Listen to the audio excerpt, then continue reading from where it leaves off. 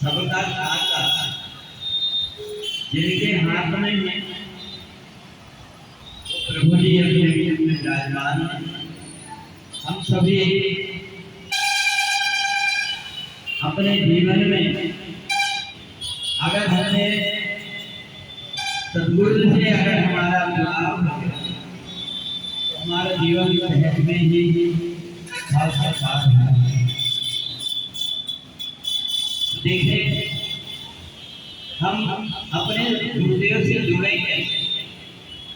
कितने ऐसे भक्त हो गए जिनको मंत्र भी नहीं आता, ना वो वेद जानते थे, ना पुराण जानते थे, ना भजन जानते थे,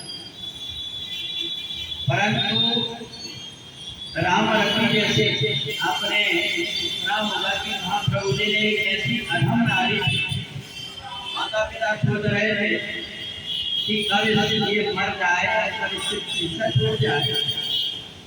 महाप्रभु जी ने केवल उनके अपनी कृपा दृष्टि मात्र से ऐसा जीवन कर दिया कि आज भी ठाकुर के पास उनकी पूजन होती है। तो सदगुरु के स्पर्श हो जाए, उनकी दृष्टि पड़ जाए या उनकी किसी भी प्रकार से कृपा हो जाए, अपना उद्धार हो जाए। और एक बार और संत विशुद्ध विनय पर चित्तमय राम कृपा कर दे। ऐसे सदगुरु मिलते हैं बोले जिसके ऊपर परमात्मा की कृपा हो। परमात्मा सोचते हैं कि जन्म और मरण के बीच में जो भटक रहे हैं इनको कहीं ऐसी जगह तक पहुंचाने की को रास्ता मिल जाए। वही परमात्मा कृपा करके सदगुरु के चरणों में अपने को ये अपनी उपाधि है, कोई संत है, कोई गृहस्थ है, कोई वानप्रस्थ, ये बाहरी उपाधि, परंतु अपनी एक और आत्मा की उपाधि जिसको कहते हैं आत्मन्य आत्मनपुष्टा स्थित प्रकृष्ट होती। हम सब कुछ को जानते हैं, संसार अपने आप को जानने के लिए सद्गुरु हमें अपने आप को जना देते हैं कि तुम कौन, तुम न गृहस्थी हो, न धन व्यापारी हो, तुम मेरा ही अंत हो, केवल मेरे से दूर होकर। इसलिए गुरुवर क्या करते हैं, एक रास्ता बना देते हैं और जहाँ हम नहीं चल पाते वहाँ वो अपने आप से हाथ पकड़ करके अपने को चला देते। तो इसलिए अपना काम केवल सद्गुरु के चरणों तक पहुँचाना, जिसके आगे की मंजिल वो कहाँ ले जा रहे हैं इसका अपने को शिक्षा की आवश्यकता नहीं होती। बल्कि भगवान को ये भी कहते हैं गीता में तेषां समुद्धर्ता मृत्यु संसार, जो गुरु के शरण कर लेगा उसका उद्धार करने की मेरी जिम्मेदारी है। तो गुरुदेव जो होते हैं वो परमात्मा तक से जोड़ देते हैं अपने आप को। तो इसलिए अपने आप को पहले हम जाने और इसलिए गुरुदेव हमें अपने आप को जानने के लिए लगाते हैं कि थोड़ी देर बैठ करके अपने आप में ध्यान करके देखो तो ये जो शरीर है इसके अंदर कितनी प्रकार की शक्तियां भरी हुई है। मूल आधार से लेकर के सहस्रार तक जितने भी कमल है, चक्र है, इन सब चक्रों को अगर किसी व्यक्ति ने जीते जी उनको जागृत कर दिया तो फिर उसको हम सागर से पार होने के लिए रास्ता नहीं।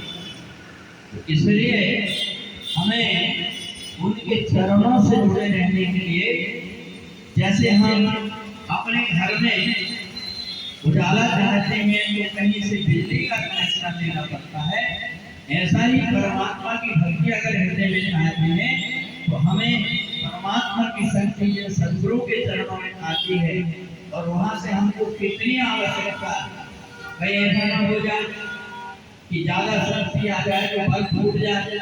तो इसलिए सद्गुरु वही आते हैं कि हमको कितनी आवश्यकता है, कितनी जीना चाहिए जिससे कि हम उसको बता सकें, वो काम सद्गुरु करते हैं। तो इसलिए वे भाग्यशाली होते हैं जो कि अपने आप को सद्गुरु से जोड़ लेते हैं। देखो कई बार क्या होता है, हम औपचारिकता के रूप में करते हैं, आरती लेकर के खड़े हुए और तुम्हें माता पिता तुम्हें बंधु सखा क्या बोल रहे हैं हमको ही पता नहीं। तो इसलिए हमारा हृदय का तार जब परमात्मा से जुड़ जाए, क्योंकि मिला ही ना रघुपति बिना अनुराग, जब तक हमारे हृदय के अंदर अनुराग ना हो तब तक कि परमात्मा और सद्गुरु मिलते ही नहीं। तो इसलिए हमें सबसे पहले जो भी हम करते हैं थोड़ा बहुत उसमें हमारा ऐसा हृदय का संबंध बना हो। हम जो कुछ भी आरती गा रहे हैं, जो कुछ भी प्रार्थना कर रहे हैं, उसमें हमारा भाव जुड़ा हुआ।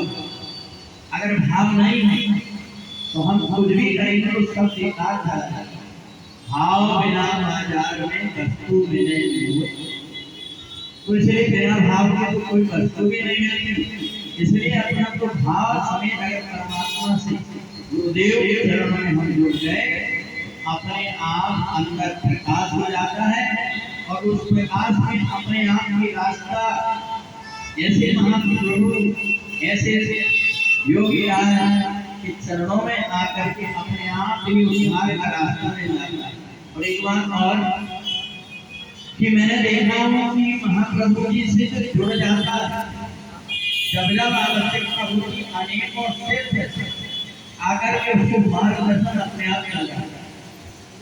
ये सिद्ध योगियों का एक होता है, क्योंकि महाप्रभु जी तो अपने आप में अनंत है, वो किसी न किसी माध्यम से हमें रास्ता बताने के लिए कोई न कोई रास्ते बताने के लिए आ जाते हैं। इसलिए महाप्रभु जी से ये भी प्रार्थना करेंगे कि मेरे सर पर रख दो प्रभु जी अपने दोनों हाथ और मुझको गुरुवर दीजिए।